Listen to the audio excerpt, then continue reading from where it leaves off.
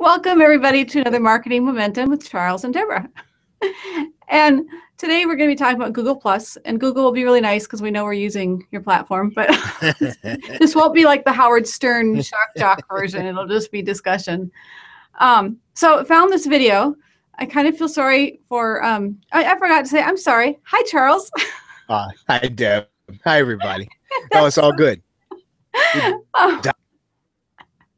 That's what happens when we're chit-chatting, and then we go live. It's like, oh, wait, the audience doesn't know I said hello. So this video, I kind of feel sorry for this kid because he only had 14 views. So maybe he'll get a few more views now that we've mentioned it. But and I know nothing about this person. I shouldn't call him a kid, but he looks, did you see it, Charlie? He looks like 13 or yeah. he looks pretty young. And just like as a prerequisite, I might be old-fashioned, I don't know, but I don't agree with like grabbing kids and saying, here's the script that the adult has written. And I see a lot of commercials like that. And now I want you to read the script and say this, because then I feel like you're manipulating the children. And I really don't like it when marketing uses children in like an adultified manner. Right. They might be cute, but it's like, where's the good kid? entertainment, but not bad practice, right? Yeah. Right. Good way of putting it. I don't know if this, I keep calling this kid because I know he has a name. So, but if these are actually his thoughts, and if they are, great, you're sharing. I don't know about the age thing as far as Google, and I'm not here to judge. Maybe it's a parent putting it up there. But what did you think listening to him kind of rant about Google Plus? Well, you know, my thoughts are, you know, and we were just talking about this in my family, that, you know, all this has come within the last, you know, what, 5-6 years, that, you know, their awareness is kind of, the awareness of these things are a little, I wouldn't call it unsettling, but it's interesting because it's a whole new world. And the other thing is that it is their reality. It is the reality in which they live. And so all of this stuff is real to them, right? So, you know, it strikes me that you and I might be a little more detached from all this stuff, but they're not. Okay, so you're talking even as far as youth and social media, not just Google Plus, but whatever it is. I'm trying to get like inside their head as far as, I know I have kids, so I should be able to get closer, but yeah, I think you're right, Charles. I think I'm just looking at it going, it's another website. If they go away, I'll live. Well, yeah, and the other thing is now, I think when it comes to Google Plus, I have not been a power user, and it just so happens that the culture of now, I think it is the culture of kids that my kids hang out with, they use Google Plus, they don't use Facebook. And so this has been kind of interesting for me because that's interesting. Right, it is, because nobody else uses Google Plus, but these kids, and it's kind of, and maybe it's because they're homeschooled, I don't know what it is, but it's kind of like they're sort of into Google Plus, and their use of it is almost it's social, but it's different than what I've seen on Facebook. It's different. The feel is different. It's still, to me, and I use the word detached. That's what I've always felt about Google Plus, is that it had the stuff, but it was always a little detached. Whereas, and maybe it's because Facebook and all the other things have become such a fabric of our life. I'm not a Twitter power user in my spare time, so I don't really know as much about Twitter, but I think Facebook is such a fabric and it feels such a part of your life that in contrast, Google Plus feels a little bit detached. Even in when I watch them use it and they don't use Facebook and that's all they use, it's still a little more detached than the stuff I see on some of the other social networks. Well, maybe part of it's the format. I mean, and again, I don't know if it's just how I use it or if it's how Google Plus is built, but Facebook, I feel like when I log in, I'm opening a tab, I'm in Facebook, almost like you're going into a house, going into a room, you're in there. And then also I'm interacting, I'm seeing stuff in the news feed, you know, stuff in the notification. It's like I'm in this space, but yet I can still interact in other places, so you can multitask. But Google Plus feels like it takes more intention. Like you're kind of throwing out a post or status that just kind of goes out into cyberspace. and all the stuff that you do there, not that it isn't on Facebook, the stuff that you do there, it feels like you have to be intentional, right? It's not for just reaching out and just kind of socializing. It's got to be, I'm doing this post for this reason. And so I want you to look at it for this reason. And so I want you to get this effect for this reason. Oh, you didn't get that effect. Please +1 me. And again, the feeling of it is always that, you know, you're not quite at an emotion that, you know, social media is all about emotion. But if you're trying to sell stuff, right? I think that this is why the people that get marketed to the most on Google Plus are probably other marketers and executives, because of that very thing. It is less emotional. It is less emotion without intention. And so you can kind of get to people, but you're not really getting to them here. Whereas, as you said, with Facebook and some of the other social networks, not maybe Facebook, Instagram, some of the other stuff, when you're on there, you're kind of already talking to that person. You're sort of already getting to them at that level. You're right. And, you know, Facebook, I try not to have emotion, but it does. People post things. A friend of mine, I think her husband is he from the Middle East? I don't want to say like the wrong country or whatever, but Right. I don't know if he's like American born. He might be, but he's more closely connected.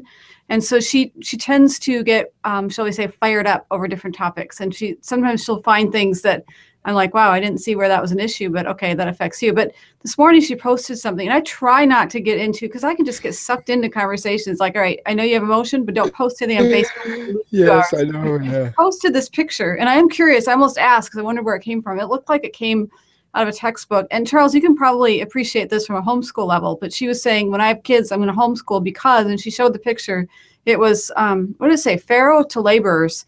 And the first picture on the left looked like what we used to make, like when we were doing Thanksgiving, where we'd make little paper. It was okay for playing, little paper hats or pilgrim hats or whatever. Right, it was a silly looking hat to represent Pharaoh. And then there's this kid that is whiter than white, with like scruffy hair, dressed up, and this is representative of Pharaoh. And I have to admit, I took some offense, because as you looked across, it was like the leadership was more white, and then they would represent slaves. Yeah, I was fired up. I'm like, there's no reason why the slaves should be dark skinned and this leadership. And it's like, good grief, I can't see where the pharaohs were whiter than white. I mean, that's just maybe lighter skin compared to brothers and sisters of Africa. I don't know. I don't know what I'm speaking, but not that white. And as far as I knew, I thought that the Egyptians were really kind of on the clean freak. They wouldn't be like all scruffy and all. Yeah, and see, it's like, and that's teaching exactly children? That's exactly what I'm talking about. You can get there in an instant on Facebook, and there's something about what they've done. I don't know if it's because there's so many people there, and some of it has to do with, again, the way that I think in the beginning the people connected with each other, right? They connected with people that they knew. You know, people are on there because they're there to talk to their kids, their grandkids, their old friends, friends from high school that they do or do not want to see. So the connection was emotional. Whereas on Google Plus, when you connect with people, I think it was always kind of set up as, and I have to separate myself as a marketer, right? Because I don't know what it's like to use Google Plus as a human being. It's because they have to think like a person instead of right, exactly. But we can, but we were circling people for intentional reasons, as opposed to, I like this person, I know this person, hey, we'll chat here. And as a result of that, you see something on Facebook, your emotional reaction is almost instant. With Google Plus, it really takes a little bit of studying and a little bit of trying to figure out, okay, exactly what. Picture if that same post had been on Google Plus, I probably wouldn't have responded or even thought about it, because I don't know where my response is going in the whole global. I don't want to be misunderstood. Last thing I want to do is start like a race war or something on Google Plus because I wrote it wrong or I presented myself wrong or something, where it's like, dude, I agree with you. Right. Facebook I could do, because if there's a misunderstanding, I can contact her and say, whoa, that's not what I meant. Right. And I find myself, and I do, and I feel the same way you do. You have so much to do, and you think to yourself, and now I go in there because there are messages from people who are doing business with my partner, so I have to go in there, and I think to myself, I'm not staying in here, I'm not getting caught in here, and then when you do actually put something on there or you post something, you sort of find yourself wondering what other people are going to say about it. And then you Mm-hmm. sort of like think about, well, is what are people going to say about what I put? And so again, I never got that feeling about Google Plus. Now, I will say this, and you and we've both come in contact with, I think her name is Kim Beasley and some other folks like that. And she really got Hangouts from the beginning, right? And so she Mm-hmm. kind of got it, and she was kind of into it, and so she really kind of took it like in that direction. And that to me was always kind of like, it made me feel like, well, I should have been in there early. But other than that, right? Yeah. But other than that, I guess if it went away tomorrow, right? If it went away tomorrow, I don't even think I know for 3 or 4 days. I might not even know it went away. You know? Now, if they took away Hangouts, yes, we know. But if they took away Google Plus and we just went and it wasn't there, we'd say, something's weird about my dashboard. Something's weird about my thing. I don't see this. Oh, wait, Google Plus is gone. Whereas if it'd been Facebook or Twitter That'd or be major. right, yeah, it would be a firestorm. I think what concerns me is how many of Google's products keep going away. I mean, it makes me, there's a whole long list. What is it? Google Buzz or whatever that was. That one was some fiasco or something. But I mean, help outs went away. Fortunately, How about and you you? know this, I was one of the first like early adopters, if you will. When they Yes. contacted me and said, "Hey, but there was something," and I don't want to pick on their technology, but messed up as far as page versus person. So mine was really messed up, and when they launched that day, they still hadn't fixed it. So by the time, like I was already in gung ho and advertising it, look, I'm a help out. But when it took them like 2 weeks to fix it, I kind of lost the momentum. And so I never really went back. So when help outs went away, it's like, oh, I forgot to use help outs. So, so that worked. Right. Yeah. Yeah. And what But was it? Knoll or Nall or Google Nall or wherever that was, the um, article directory or whatever that thing was, that kind of came and went. Right. And some of these, yeah, I these don't things are see, kind I of don't coming and even, it's going. like, did I use that one? Or what was the other You- recently, the circles? Although it seemed like they were back, or maybe someone just posted the circle shares went away. And then they yeah. brought, what was that other thing? Streams. They brought something back. And because Eileen Smith and I were talking, and it's like, okay, you got to go do this. You got to get your name before someone else gets it. So I'm like, oh, I'm running to go do that. And I think it's still on Google Plus, but it's gone on YouTube. So I set that up, and it was like going away the next day. And I was like, okay, you know what? I've always been a Google girl as far as I'm all for Google, but I'm getting tired of adopting things and making them a part of my marketing Right. plan Right. and having Right. them go Right. Yeah. away. By the way, I Right. have a gnat that really likes me. Sorry. So I don't have Tourette's or I don't have anything, just a friendly And gnat. and we know what the deal is, right? I mean, these things are free to use. As I was telling my daughter, you know, we're free to use because they're collecting data on how we use them. And so it's a trade-off, right? I mean, it's not free. Right. They're getting something extremely valuable. I mean, they're getting you and I conversing, and they're able to listen in. I mean, not listen directly, but they're able to correlate all of this data and to be able to use it in whatever means they want to use it in, right? And so we get these tools, we use them. Some of them we get used to, some we don't. Um, it's kind of an interesting thing that they continue to bring things in front of folks that, again, understanding the bargain we're making, right? We're using them. They're letting us use them for free. They don't care for the most part, but they're getting the data in return. And so you would think that you know that they would be a little more cognizant of how people get used to these things. But I think I've come to understand over the years that we've been involved in, even just in marketing momentum, but probably years we've been involved in marketing in general, that they're indifferent to people getting used to and using the products. It doesn't matter to them. Like they could cut off Hangouts tomorrow and not really miss anything business wise because they've collected a lot of data about how people communicate, right? And they've got this information, which is, in a sense, they are a big data company. That, what you just said is brilliant, Charles. And I was just thinking as far as, okay, the object or the objective as marketers is don't get used to anything because it could go away. But I think what you said, speaking of objective, is backing up and looking at what the objective is for the company.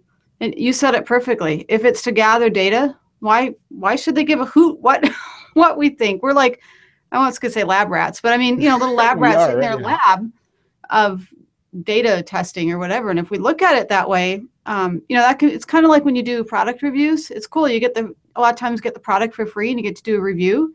In the same way, we get to try this for free, but at the end of the day, it's not ours. Correct. Right. And I think, and I've read some stuff about Google Plus and even about YouTube, right? YouTube doesn't necessarily make money, but I think that if you look at it on a purely bottom line basis, because I think that traditional accounting today, right? The way you and I came through school and graduate school, understanding a balance sheet and the income statement, I don't think that matters as much as it did, because we used to classify some of the stuff I think that we use every day as intangible, right? Human resources, all that other stuff goes on the balance sheet in an area that we didn't necessarily quantify, and we thought it was kind of ephemeral. But now that stuff now really matters. And really, I think, yes, I don't know what their cash position is. I imagine they've got plenty of cash, but their biggest asset, right, is this, massive amount of information that they have on people's habits, on how they communicate, on how they entertain people, on how they recreate.